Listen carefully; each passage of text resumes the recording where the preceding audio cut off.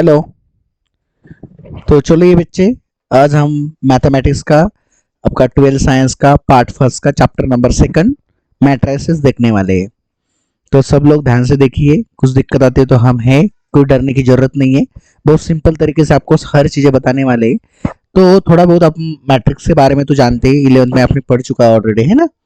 यानी जो मैट्रिसेस होता है ये कहाँ यूजफुल होता है बेटा, ये नहीं, साइंस की जितनी भी ब्रांचेस है बेटा वो सब ब्रांचेस में ये बहुत यूजफुल है हमें, ये आपको पता होना चाहिए। ठीक है बेटा। तो कुछ नहीं बेटा, मैट्रिसेस के हम एक्सरसाइज 2.1 देखेंगे, कुछ नहीं ज्यादा बेटा। इतना याद रखना है बेटा कि जो मैट्रिसेस होता है उसके अंदर जो ये स्क्वायर ब्रैकेट होता है, फॉर एग्जांपल स्क्वायर ब्रैकेट के अंदर मैंने वैल्यू लिखा 1 2 3, फिर 1 2 3, फिर 1 2 3, ऐसा समझो। तो ये जो लाइंस होती है बेटा, ये इसको रो बोलते हैं ना, है ना, इसको रो बोलते हैं। और जो ये होता है ना 1 1 लिखा है मैंने, है ना, सीक्वेंस में एक नीचे के एक नीचे के, 1 2 3 लिखा है, उसको रो बोलेंगे। तो ये ऊपर वाला फर्स्ट रो रहेगा, ये सेकंड वाला हमारा सेकंड रो रहेगा, और ये थर्ड रो रहेगा, मतलब R1 R2 R3, है ना, ऐसे हम दिखाते हैं। फिर बेटा ऊपर से हम देखेंगे तो 1 1 1 1 नीचे दिख रहा है ना, ये 1 A1 A1, तो इसको बोलेंगे C1, मतलब कॉलम फर्स्ट। ये जो 2 2 वाला है इसको बोलेंगे कॉलम सेकंड। ये जो है लास्ट वाला 3 3 वाला है ना, इसको बोलेंगे कॉलम 3। तो आप अच्छे से समझ गए, जो मतलब ऐसा होता है, हॉरिजॉन्टल होता है उसको हम बोलेंगे रो, और जो वर्टिकल लाइन होती है उसको हम बोलेंगे बेटा कॉलम्स। तो अच्छे से आप समझ गए। तो कुछ नहीं बेटा, करना क्या है, अभी जो फर्स्ट क्वेश्चन हमें बोला है हम सीधा एक्सरसाइज के क्वेश्चन सॉल्व करेंगे। कुछ दिक्कत आती है तो आप देख लीजिए, है ना, कोई दिक्कत नहीं आएगी आपको। चलो तो हम देखते हैं बेटा सीधा सोल्यूशन। अभी हम सोल्यूशन देखेंगे। तो सोल्यूशन के अंदर अब हम देखेंगे इसमें क्या बोला बेटा, आपका R1 का R2 करना है ना, क्वेश्चन में क्या बताया, R1 का R2 करना है। तो कुछ नहीं बेटा, आपको इतना लिखना है कि A इज इक्वल टू, आपको A इज इक्वल टू क्या वैल्यू दिया है वो लिखना है, फिर से 1 0 -1 और 3 दिया है ना, 1 0 -1 3 ये वैल्यू दिया है। तो कुछ नहीं बेटा, इसमें क्या बोला है बेटा, ये जो ऊपर वाला है बेटा इसको बोलते हैं R1, ये जो ऊपर वाला है ना इसको बोलेंगे R1, है ना, और ये जो नीचे वाला बेटा इसको बोलेंगे R2। ठीक है। तो क्या बोला बेटा इसमें, तो इसमें बोला है कुछ नहीं, अप्लाइंग द R1 R2, मतलब R1 एंड R2 में चेंजेस करना है, बाकी कुछ नहीं बेटा, बहुत आसान है। देखिए लेकिन नीचे होना चाहिए कि अप्लाइंग, ऐसा सेंटेंस लिखिए तभी पता चलेगा कि आप क्या कर रहे हैं। Applying R1 is gives to R2, मतलब R1 को R2 में चेंज करना है। तो वी गेट, तो हमें क्या मिलेगा, देखिए बेटा अभी ये R2 को, जो R2 है ना इसको R1 में लिखेंगे, जो R1 का है वो R2 में लिखेंगे। इसका मतलब ये कैसे देखने को मिलेगा, देखिए ये चेंज कैसे देखने को मिलेगा। तो A इज इक्वल टू, जो हमारा R1 था उसकी वैल्यू R2 में रहेगी, और जो R2 की वो R1 में रहेगी। तो R1 की वैल्यूज क्या थी हमारी, -1 और 3, तो -1 और 3 हम ऊपर लिखेंगे, और नीचे जो R1 की वैल्यू थी 1 और 0, इसको हम नीचे लिखेंगे, मतलब 1 और 0, बस आंसर इज डन, है ना। इतना करना था ये क्वेश्चंस में। सेकंड क्वेश्चन देखिए, ये वाला सेकंड क्वेश्चन आपको दिया है, तो सेकंड क्वेश्चन में क्या करना है देखिए ध्यान से, हम सॉल्यूशन लिखेंगे सेकंड क्वेश्चन का। तो इसमें भी वही करना है बेटा, इसमें करना क्या है, लेकिन खाली R1 से R2 को माइनस करना है ना, किससे माइनस करना है, R1 को R2 से माइनस करना है। तो फिर सॉल्यूशन के आगे हम लिखेंगे बेटा, देखिए B इज इक्वल टू को दिया है, B इज इक्वल टू आपको क्या दिया है वैल्यूज, वो लिखना है 1 -1 3, एलिमेंट क्या दिया है 2 5 4, है ना, इसको एलिमेंट्री ट्रांसफॉर्मेशन बोलते हैं बेटा, है ना, एलिमेंट्री ट्रांसफॉर्मेशन। तो ये ऊपर वाला जो रो दिख रहा है बेटा इसको हम बोलते हैं R1, है ना, ये ऊपर वाली जो लाइन है 1 -1 3 इसको बोलेंगे हम R1, और जो 2 5 और 4 है इसको बोलेंगे हम R2। तो ध्यान से देखिए हमें बोला क्या है बेटा, वो ध्यान से देखिए, हमें बोला है कि जो R1 रहेगा ये R1 को R1 -R2 करिए, मतलब R1 से R2 को माइनस करिए, मतलब है ना, माइनस करिए। तो फिर कैसे करेंगे हम, देखिए ध्यान से, माइनस करने को बोला है तो माइनस कर देंगे हम। चलो लिखते हैं फिर। तो देखिए बेटा ब्रैकेट्स में B is equal to, box में लिखिए B is equal to, box में फिर से लिखिए जो R1 की वैल्यू है, R1 की वैल्यू कितना बेटा 1 है ना, इसकी वैल्यू कितना बेटा 1 है ना, तो 1 एज इट इज लिखिए, ये एज इट इज लिख के लेना है, थोड़ा जगह छोड़ना है ना, R1 को एज इट इज लिखिए, फिर R2 को भी एज इट इज लिखिए, लिख लिया, ठीक है बेटा। अभी करना क्या है बेटा, जो हमारे R2 की वैल्यूज है, जो हमारे R2 की वैल्यू मतलब 2, तो इससे माइनस करेंगे, फिर ये 5 है R2 की वैल्यू, तो इससे माइनस करेंगे, फिर ये 4 है बेटा, इससे माइनस करेंगे, है ना। समझना बेटा, समझना, ठीक है। नहीं समझे तो मेरे को पूछना बेटा, मैं बता दूंगा, कोई दिक्कत नहीं है, ऐसा है ना। लेकिन आपको समझ के लेना है, अगर नहीं समझ गए तो पूछना बेटा, कोई दिक्कत नहीं है, ऐसा है ना। चलो, तो इधर लास्ट में क्या वैल्यू था हमारा, 3 वैल्यू था, है ना। तो उसको हम लिख लेते एक बार, है ना। 3 माइनस क्या लिखा है हमने, 4, मतलब R2 की वैल्यू क्या है हमारी, 4 है। तो कुछ नहीं बेटा, आ गया हमारा answer. B is equal to matrix में 1 माइनस 2, है ना। तो 1 से तो 2 नहीं जाता, तो 2 से जाएगा, तो आंसर आएगा -1, है ना। फिर वो माइनस, ये क्या हो जाएगा, माइनस माइनस क्या हो जाएगा, प्लस। तो आंसर आएगा हमारा प्लस, लेकिन साइन आएगा माइनस, मतलब एडिशन हो गया हमारे 1 + 5 तो 6 बनेगा, लेकिन साइन बड़े का आएगा, 5 का मतलब माइनस साइन आएगा। फिर 3 माइनस 4, फिर से हमारा आंसर क्या आएगा बेटा, 3 से तो नहीं जाता 4, तो 4 से हमें 3 डालना पड़ेगा, है ना, कट करना पड़ेगा। तो कितना बचेगा हमारे पास, -1, और नीचे का एज इट इज, ये हुआ हमारा आंसर 2 5 4।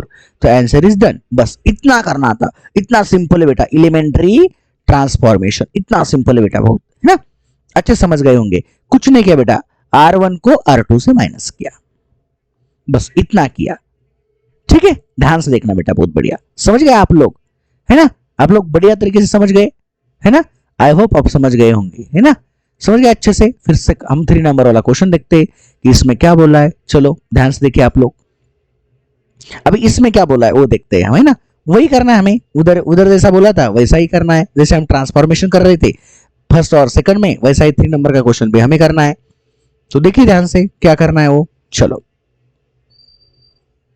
तो आप देखिए, जो हमारा ए दिया है बेटा, तो ए में बोला है कि इसमें C1 C2 करिए, मतलब कॉलम में चेंज करिए, है ना। फिर हम लिखेंगे सॉल्यूशन, फर्स्ट पॉइंट तो ये होना चाहिए, ए इज इक्वल टू क्या करेंगे हम, ए इज इक्वल टू 5 4 1 3, लिख लिया, लिख लिया। चलो इसमें क्या बोला बेटा, अप्लाइंग चेंज, क्या बोला बेटा, अप्लाइंग चेंज, क्या चेंज करना है हमें, C1 को C2 की जगह पे लिखना है, और C2 को C1 की जगह पे लिखना है, बस इतना सा चेंज करना है। फिर कैसे करेंगे हम, ए इज इक्वल टू, हमें आंसर क्या मिलेगा, देखिए आप ध्यान से, ए इज इक्वल टू, ये जो लाइन है हमारी 5 और 1 वाली, इसको बोलेंगे C1, ये जो है हमारा, ये हमारा C2। फिर इसको कैसे लिखेंगे बेटा, चेंज करेंगे खाली, है ना, दोनों में खाली क्या करेंगे, चेंज करेंगे, इधर का इधर, इधर का इधर, बस इधर इधर। तो ये C2 क्या है, 4 और 3 वैल्यू C2 की, तो लिख दिया। C1 की क्या है, 5 1, तो फर्स्ट कंडीशन तो हमारे अप्लाई हो गई। चलो डन। आई होप आप समझ गए होंगे, इसको बोली इक्वेशन फर्स्ट। फिर हमारे बी वाले को देखेंगे, बी इज इक्वल टू क्या बोला है, देखिए आप ध्यान से, 3 1 4 5 बोला है। चलो दे दिया। इसमें क्या करना है बेटा, R1, ये R1 है, ये R2 है हमारा, है ना। 3 1 क्या है, R1 है, 4 5 क्या है हमारा, R2 है। तो इसमें क्या अप्लाई करने को बोला है आप लोग, अप्लाई R1 को R2 की जगह पे लिखना है, और जो हमारा R2 है उसको R1 की जगह पे लिखना है, बस इतना चेंज करना है, ऊपर नीचे, बस, है ना। तो लिख देते हैं ऊपर नीचे। चलो फिर क्या आएगा, B इज इक्वल टू, जो नीचे का है ना R2, इसको ऊपर लिखिए, मतलब 4 5, फिर R1 को नीचे लिखिए 3 1, हो गया आंसर डन। अभी देखेंगे आप अच्छे से, दोनों क्या आ रहे हैं, सिमिलर आ रहे हैं। और उसमें क्वेश्चन में क्या बोला था, व्हाट डू यू ऑब्जर्व, तो आपको ऑब्जर्व क्या हो रहा है, इसको बोलेंगे हम इक्वेशन नंबर 2। तो हमें ऑब्जर्व हुआ है, फ्रॉम, हम क्या लिखेंगे फिर आंसर, फ्रॉम ये वाला equation first and equation second, first and equation second we observe, क्या हुआ है बेटा इसमें हमें ऑब्जर्व हुआ है, that A is equal to B, है ना, दोनों में भी सेम एलिमेंट आ रहे, है ना, मतलब सच दैट क्या लिखेंगे हम, the new matrix, new matrices, new matrices are equal, new matrices जे आपल्याला मिळाली आहे बाळांनो, कशा आहे, इक्वल। तो समझ गए आप क्वेश्चन नंबर 3, यस समझ गए, डन बेटा। कुछ नहीं करना था, है ना, कॉलम कॉलम में का ट्रांसफॉर्मेशन था और रो रो का था, तो आप अच्छे से समझ गए। हम अभी देखेंगे क्वेश्चन नंबर 4 को, किसको देखेंगे बेटा, क्वेश्चन नंबर 4 को देखेंगे। तो चलिए हम देखिए बेटा, एक्सरसाइज हमारे जो 2.1 है बेटा, एक्सरसाइज 2.1, उसका क्वेश्चन नंबर हम 4 देख रहे हैं ना। तो 4 के अंदर देखेंगे तो कुछ नहीं बेटा, बोला है जो C2 रहेगा उसको 2 से मल्टीप्लाई करे, और बी वाले में बोला है कि -3 से मल्टीप्लाई करे। चलो देखते हैं फिर, है ना, कैसे करेंगे हम। चलो लिखो फिर मेरे साथ साथ, सोल्यूशन, ध्यान से देखिए, पहला पॉइंट क्या होता है हमारा, सोल्यूशन। तो सोल्यूशन में क्या आएगा, ए इज इक्वल टू, पहले जो दिया है ना आपको, वैल्यूज वो सब लिख लेना है एज इट इज, है ना, हमेशा याद रखना बेटा। 1 3 लिख लिया, ठीक है बेटा। तो इसमें क्या बोला है उसने कि अप्लाइंग, क्या अप्लाई करने को बोला है, अप्लाई बोला है, अप्लाइंग जो हमारा C2 है ये क्या है 2 है ना, C2 को 2 से मल्टीप्लाई करना है तो इसको ऐसा लिखेंगे C2 multiply by 2C2 and we get, तो हमें क्या मिलेगा, है ना। देखिए फिर हमें क्या मिलेगा, देखते क्या मिलता है फिर। A is equal to brackets में जैसे हम 2 को मल्टीप्लाई करेंगे, है ना, C2 को मल्टीप्लाई करना है, मतलब ये हमारा है C1, ये हमारा है C2, ये हमारा है C3, है ना। ये -1 3 C3 है, 2 क्या है हमारा 2, वो 2 और 1 ये क्या हमारा C2 है, मतलब हमारा सेकंड कॉलम है, तो उसको 2 से मल्टीप्लाई करेंगे 1 0 2 इंटू 2 एंड 1 इंटू 2, 2 से मल्टीप्लाई करने को बोला है ना, तो 2 से मल्टीप्लाई करवा दिया, फिर क्या आया -1 और 3 एज इट इज जो बोला है वही करना है बेटा।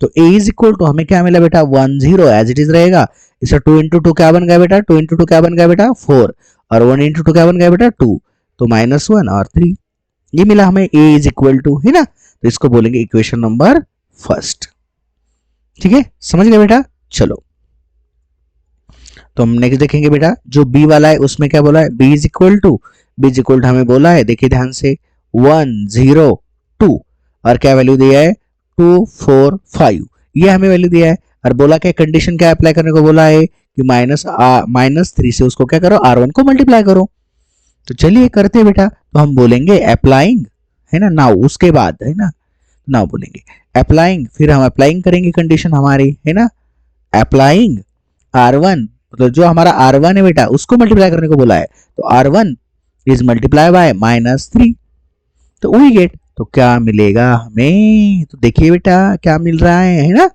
समझ रहे हैं सब लोग, अच्छे तरीके से समझ रहे, नहीं समझते तो बोलिए बेटा, है ना, समझ रहे आप लोग, है ना, बहुत बढ़िया तरीके से। चलो तो ये हमारा R1 है, ये हमारा R2 है, हमें किस में चेंज करने को बोला है, मल्टीप्लाई करने को R1 को बोला है, मतलब 1 0 2 को हम -3 से मल्टीप्लाई करेंगे। चलो फिर करते हैं बेटा, चलो बहुत तरीका बढ़िया तरीके से, चलो 1 इंटू -3 फिर बेटा 0 इंटू -3 फिर बेटा क्या आएगा 2 इंटू -3। चलो R1 की वैल्यू है ना ये 1 0 और 2, ये R1 की वैल्यू है 1 0 2, इसको मल्टीप्लाई करेंगे हम -3 से, है ना, बहुत बढ़िया तरीके से समझ गए, ठीक है। फिर 2 4 5 मतलब हमारा R2 एज इट इज रहेगा, फिर आंसर क्या मिलेगा B is equal to 1 into -3 तो आंसर बनेगा बेटा -3, फिर बेटा हमारा 0 इंटू -3 आंसर 0 आएगा, है ना, 2 इंटू -3 आंसर -6 आएगा। चलो गुड, 2 4 5 एज इट इज, तो आंसर इज डन, है ना, दोनों का आंसर हमें मिल गया। चलो गुड, है ना, इसको बोलेंगे सेकंड नंबर क्वेश्चन, इसको बोलेंगे फर्स्ट। फिर बेटा ये तो हमें करवा लिया, ये दोनों ये भी कंडीशन हमने सॉल्व किया, ये भी कंडीशन सॉल्व किया, नीचे भी कुछ क्वेश्चन आपको दिया है, ध्यान से देखना है। Find the addition of 2 new matrix, जो नए 2 मैट्रिक्स आपको मिला है उसकी एडिशन करना है बेटा, है ना, एडिशन करना है। फिर हमें जो नया मैट्रिक्स मिला इक्वेशन नंबर जिसको फर्स्ट बोला था और इक्वेशन नंबर सेकंड बोला था, तो A प्लस B हम करवा देंगे, है ना, तो समझ गए अच्छे से। चलो तो फिर एडिशन करते हैं, क्या बोला है एडिशन करने को बोला है, तो एडिशन करवा देते हैं। तो नीचे लिखना है बेटा आपको फ्रॉम इक्वेशन 1 एंड 2 एडेड, मतलब हेंस हम लिखेंगे A plus B is equal to, A की क्या वैल्यू दिया है देखिए 1 4 -1, है ना, 1 4 -1 फिर क्या दिया बेटा 0 2 3 0 2 3 दिया है, ठीक है बेटा। चलो चलो बढ़िया तरीके से कर देते, चलो ठीक है, चलो फिर से लिखेंगे ना 1 4 2 फिर हमें लिखा है -1 3, डन डन डन डन, बच्चों को मजा आ रही ना, मजा आ रही ना बेटा, चलो ठीक है गुड। चलो तो अभी देखते हैं बेटा, है ना, इधर तक आ गए। फिर बेटा किसके साथ ऐड करना है बेटा, हमें B के साथ ऐड करना है क्योंकि हमारा A प्लस B है, फिर हम B के साथ ऐड करेंगे -3 0 -6 क्या वैल्यू आ गई B की 2 4 5, दोनों को ऐड करेंगे, है ना, फ्रॉम इक्वेशन 1 एंड 2, तो वी गेट। तो एक बात बताइए मेरे को बेटा कि इसके जब हम एडिशन करेंगे तो क्या होगा। तो इसके एडिशन का भी इक्वेशन हम एक बार बना देते, फिर उसका आंसर निकालेंगे हम, है ना, डिटेल्स में एक्सप्लेन करेंगे।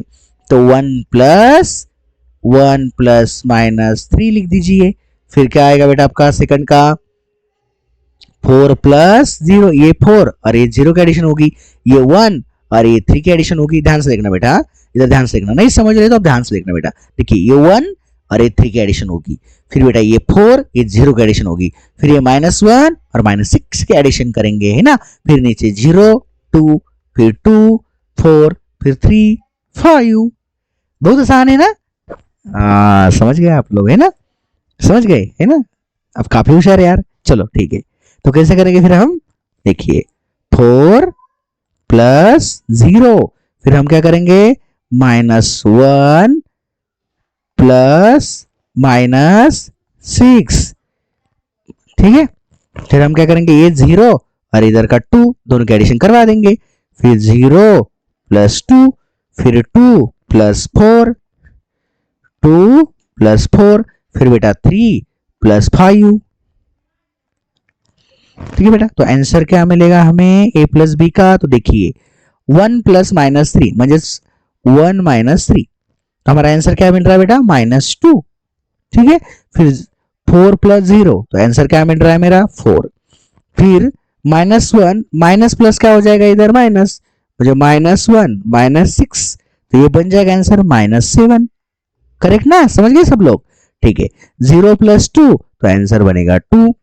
फिर बेटा हमारा 2 प्लस 4 आंसर बनेगा 6, फिर 3 plus 5 8, answer is done done done डना डन डन। तो ये हमारा फाइनल आंसर है बेटा। तो अच्छे से समझ गए क्वेश्चन नंबर 3 को, देख लीजिए एक बार, आप अच्छे से समझ गए। देखिए ये क्वेश्चन था हमें find the addition of two new matrix, तो हमने करवा दिया, तो ये फाइनल आंसर बेटा उसका, है ना। इस तरीके से आपको सॉल्व करना है। आप समझ गए, ठीक है, गुड। नहीं समझे, समझ गए तो बेटा बार बार देखना है, आप इसको, है ना, बैक लेके लेके आपको क्वेश्चन बार बार देखना है, तो आप समझ जाएंगे। चलो हम आगे का क्वेश्चंस करवाएंगे, है ना। क्वेश्चन नंबर 5, क्वेश्चन नंबर तो 4 हमने सॉल्व किया, अभी हम करेंगे क्वेश्चन नंबर 5, है ना। चलो तो क्वेश्चन नंबर 5 करते हैं फटाक फटाक से, ध्यान दीजिए सब लोग। चलो सॉल्यूशन, है ना। फिर एज इट इज लिखना है, जो क्वेश्चन में दिया है वो एज इट इज लिखना है। 1 -1 3 2 1 0 फिर 3 3 और 1, ये साइन अच्छे से निकाल लेता है ना। चलो चलो तो निकाल लिया, ये बॉक्स अच्छे से निकालो, ठीक है। मैं अच्छा नहीं निकाल रहा हूं तो आप भी अच्छा नहीं निकलेंगे, आप बोलेंगे सर कौन सा अच्छा निकालते, तो हम क्यों करें, है ना। चलो ठीक है, कोई दिक्कत नहीं। चलो फर्स्ट कंडीशन क्या बोला है हमें, 3R3, हमें 3 से मल्टीप्लाई करना है 3 को, तो फर्स्ट कंडीशन हम अप्लाइंग करेंगे, अप्लाइंग 3 इंटू R3। तो कैसे करेंगे देखिए आप लोग। चलो फिर क्या मिलेगा, a इज इक्वल टू, हम सबको क्या करेंगे 3 को मल्टीप्लाई कर देंगे 3 से, मतलब हमारा ये R1 है, ये कंडीशन देखिए आप, ये हमारा R1 है बेटा, ये क्या है हमारा R2, ये क्या है हमारा R3। तो किसको मल्टीप्लाई करने को बोला है 3 से बेटा, R3 को बोला है, मतलब ये नीचे वाले टर्म को हमें 3 से मल्टीप्लाई करना है। तो ऊपर वाले टर्म एज इट इज लिखिए, R1 और R2 एज इट इज लिखिए बेटा, है ना। चलो तो लिख दिया, तो बेटा 3 इंटू 3, फिर से बेटा 3 इंटू 3 फिर 1 इंटू 3,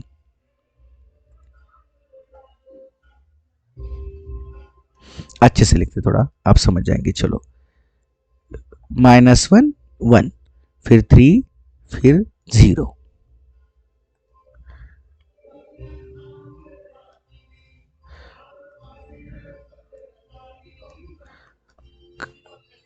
ओके डन। तो आंसर क्या मिलेगा हमारा, करें आंसर। तो जब भी हम ट्रांसफॉर्मेशन करते हैं ना बेटा, तो हम जब भी हम ट्रांसफॉर्मेशन करते हैं तो इक्वल टू का साइन नहीं देते, हम इज इक्वल टू का साइन देते हैं, मतलब ट्रांसफॉर्मेशन का साइन देते हैं ना। वो भी आपको करना है यार, है ना, वो भी करना है हमें, ऊपर के क्वेश्चन में वो नहीं किया है ना, तो वो भी हमें करना है ना। तो फिर हम क्या करेंगे, ए इज ट्रांसफॉर्मेशन, तो कैसे बन जाएगा हमारा आंसर, तो इधर भी करते हैं ना। चलो चलो ये ट्रांसफॉर्मेशन का साइन देंगे। चलो तो कैसे ट्रांसफॉर्म हुआ हमारा, तो कर देंगे 1 -1 3 फिर हमारा 2 1 फिर 0, फिर हमारा 3 इंटू 3 9, 3 इंटू 3 9, 1 इंटू 3 3। तो ये मिला हमें आंसर। फिर देन क्या बोला है हमें, देन उसके बाद C3 प्लस 2C2 करना है हमें, है ना। C3 के साथ 2C2 को हमें ऐड करना है ना। तो कर देंगे, मतलब 3 नंबर के कॉलेज में कॉलम्स में बोला है। अभी कितने नंबर के कॉलम में बोला है, 3 नंबर के कॉलम में बोला है। तो 3 नंबर के कॉलम में हम अप्लाई करेंगे कंडीशन, ये लास्ट वाली कंडीशन हम उसके अंदर अप्लाई करेंगे, ठीक है। चलो कर देते हैं फिर। देन अप्लाइंग, क्या बोला बेटा, C3 is gives to C3 plus 2C2। तो देखिए, है ना। चलो तो फिर क्या करेंगे हम, चलो 3 को 3 से मल्टीप्लाई करवा देंगे, ना। C2 को करना है अभी मल्टीप्लाई, कितने को करना है, 2 नंबर वाले कॉलम को हमें मल्टीप्लाई करना है। कितने वाले को करना है, 2 नंबर वाले को मल्टीप्लाई करना है ना।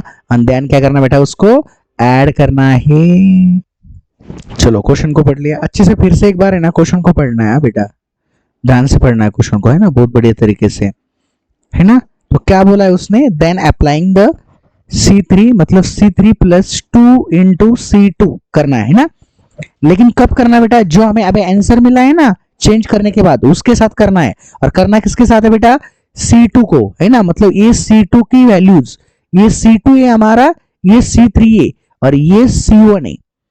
इसको याद रखना बेटा, है ना। चलो फिर क्या लिखेंगे हम, देखिए ये 2 कॉलम की तो वैल्यू एज इट लिखेंगे, 1 2 9, फिर क्या बेटा -1 1 और 9, और लास्ट वाले में क्या बोला है, C3 की वैल्यू एज इट इज लिखिए, 2 मिनट के लिए लिख लिया, ठीक है लिख लिया। फिर क्या बोला है उसने, ऐड साइन कर दो, तो ऐड साइन करवा दिया हमने।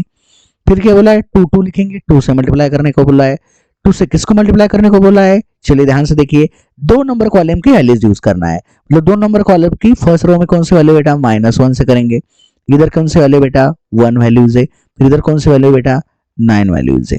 फिर जो आंसर हमारा आएगा वो हमारा फाइनल आंसर रहेगा, है ना। फिर देखिए ये ट्रांसफॉर्मेशन ऑफ हमारे 2 कॉलम की वैल्यूज हम एज इट इज लिखेंगे, 1 2 9, फिर -1 1 9, फिर बेटा देखिए 2 इंटू -1, तो ये बन जाएगा -2, मतलब इसका आंसर क्या बन रहा है, 3 -2, तो हमारा आंसर क्या आ रहा है बेटा, 1, है ना। इसका आंसर क्या आ रहा है, इज इक्वल टू 1। फिर इधर क्या हो रहा है, देखिए आपको समझा रहा हूं, ये आपको लिखने की जरूरत नहीं है। 2 इंटू 1 प्लस 2 प्लस 0, तो क्या बन जाएगा 2। फिर बेटा 2 इंटू 9 तो 18 बन जाएगा, 18 प्लस 3 तो ये बन जाएगा 21। तो ये हमारा है बेटा फाइनल आंसर क्वेश्चन नंबर 5 का। तो अच्छे से समझ गए क्वेश्चन नंबर 5 को आप लोग, बहुत बढ़िया तरीके से समझ गए आप क्वेश्चन नंबर 5 को, है ना। क्या करना है, दैन बोला था, तो आपको एग्जाम में जब भी आएगा ना बेटा, तो ये पूरा नहीं लिखना है कभी, है ना। ये आपको याद रखना बेटा, ये सब लिखने की जरूरत नहीं है, ऐसा नहीं रफ करना है ना। ये आपको थोड़ा सा मन में रख के ही लिखना है, इतना गंदा नहीं करना है ना। ये आपको समझा लिखा था मैंने, है ना, ये पूरा ऐसा नहीं करना है बेटा, है ना। चलो आपको समझने के लिए मैंने ये सब किया था, ठीक है। तो ऐसे इस तरीके से अच्छे तरीके से आप लिखेंगे, है ना, अच्छे तरीके से आप लिखेंगे। चलो तो ये हमारा आंसर क्वेश्चन नंबर 5 का। फिर हम करेंगे क्वेश्चन नंबर 6, और मजा आने वाली है क्वेश्चन नंबर 7, क्वेश्चन नंबर 8 और क्वेश्चन नंबर 9 में बहुत मजा आने वाली है ना। चलो ठीक है, चलो तो नेक्स्ट क्वेश्चन हम करते हैं बेटा क्वेश्चन नंबर 6। क्वेश्चन नंबर 6 हम पढ़ेंगे, चलिए। क्वेश्चन नंबर 6 में क्या बोला है बेटा, क्वेश्चन नंबर 6 हमें कंबाइन दिया है ना। कंबाइन में क्या बोला है उसमें, क्वेश्चन नंबर 6 के अंदर कि क्या करना है आपको, a इज इक्वल टू जो भी आपको क्वेश्चन दिया है बेटा, फिर बोला है उसको फर्स्ट क्या बोला है उसने कि फर्स्ट आप लोग क्या करो, चलिए उसने बोला है कि फर्स्ट आप लोग क्या करो, C3 को 2 इंटू C2 से मल्टीप्लाई करिए, एंड देन 3R3 को फिर से मल्टीप्लाई करिए, और what will be the concluded from the example 5 and 6। जो पहला 5 वाला हमने सॉल्व किया था वो, और 6 में क्या कंक्लूड मिला है हमें, क्या कंक्लूजन मिला है वो हमें लिखना है, ठीक है। ज्यादा कुछ नहीं बेटा, बहुत आसान है, ठीक है। पहले इसको सॉल्व तो कर लेते हैं, बाकी चीजें तो हम बाद में देखेंगे, है ना। पहले हम क्वेश्चन को सॉल्व करेंगे। चलो तो फर्स्ट डालेंगे बेटा सॉल्यूशन, लिख लिया सॉल्यूशन, फिर क्वेश्चन एज इट इज लिखिए, a इज इक्वल टू 1 -1 3, फिर लिखिए 2 1 0, फिर हमारा क्या आता है, चलिए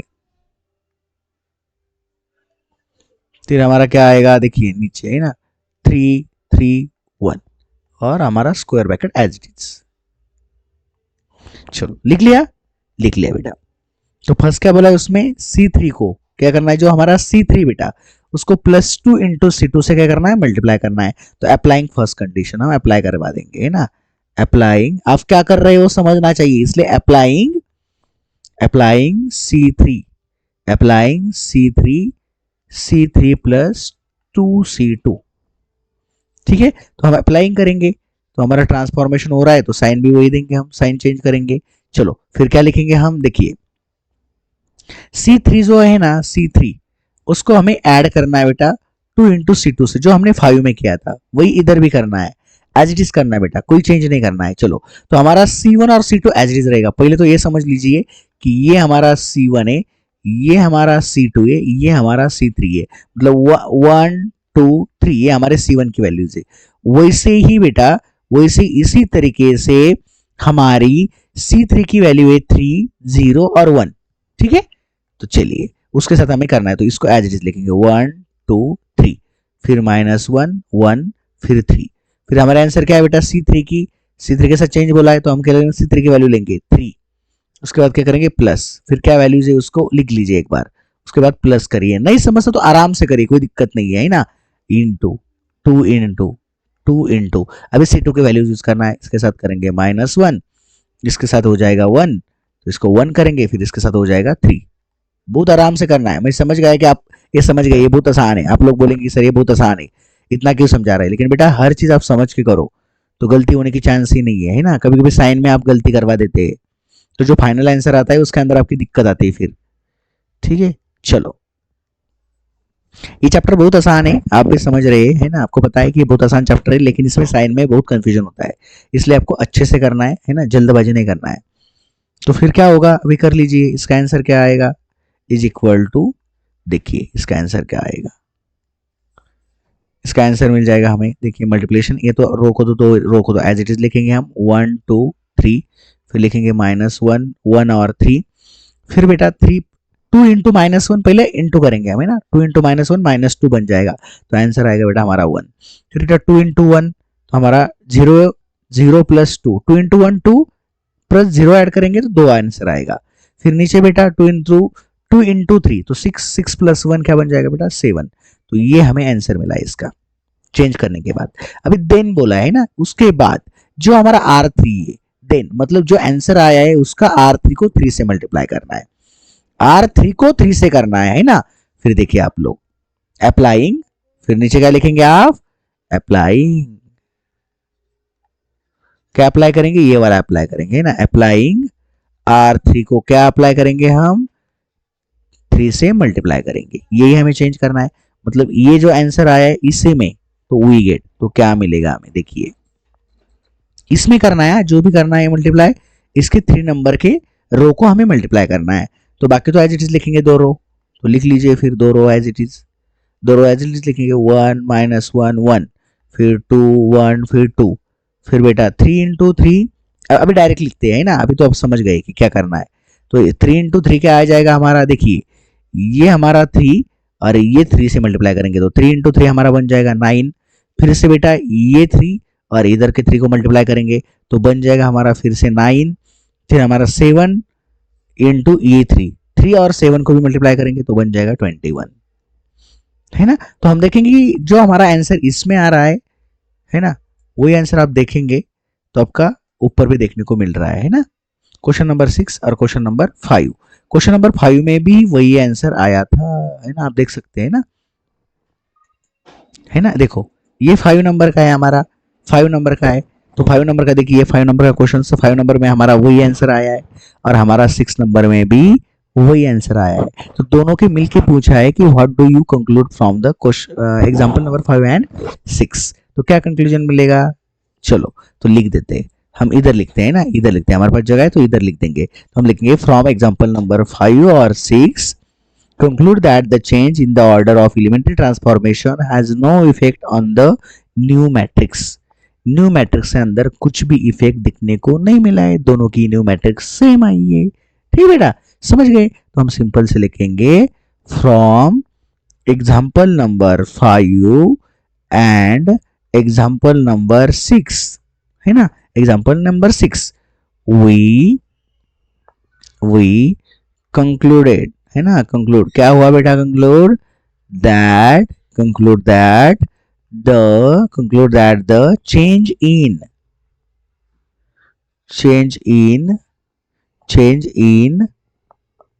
order of elementary transformations has elementary transformation बोला है, has no effect, कुछ भी इफेक्ट हुआ नहीं है ऑन द न्यू मैट्रिक्स। किसके ऊपर बेटा, जो हमें न्यू मैट्रिक्स मिला है उसमें कुछ भी चेंज देखने को नहीं मिला है, बस इतना सा आपको लिखना था। तो समझ गए क्वेश्चन नंबर 6 को आप लोग बहुत बढ़िया तरीके से, है ना। चलो तो फिर आगे चलते हैं हम क्वेश्चन नंबर 7 के पास, है ना। क्वेश्चन नंबर 7 की तरफ हम, तो बेटा हम क्या करेंगे, क्वेश्चन नंबर 7, 8 और 9 नेक्स्ट पार्ट में करेंगे, क्योंकि ज्यादा तो दिक्कतें बच्चों को क्वेश्चन नंबर 7, 8 और 9 में आएंगे। और 7, 8, 9 में आपको जो पहले वाले हमने टाइप्स ऑफ मैट्रिक्स पढ़ा था वो भी थोड़ा पढ़ना पड़ेगा, तो इसलिए उसमें मैं पढ़ा रहा हूँ। चलिए ठीक है, नेक्स्ट वीडियो देख लीजिए प्लीज, आपको अगर उस क्वेश्चन में दिक्कत आ रही है तो नेक्स्ट वीडियो देख लीजिए। चलो थैंक यू, तो आज के लिए इतना ही, बाकी लेक्चर हम पढ़ेंगे नेक्स्ट वीडियो में, आप देख सकते हैं।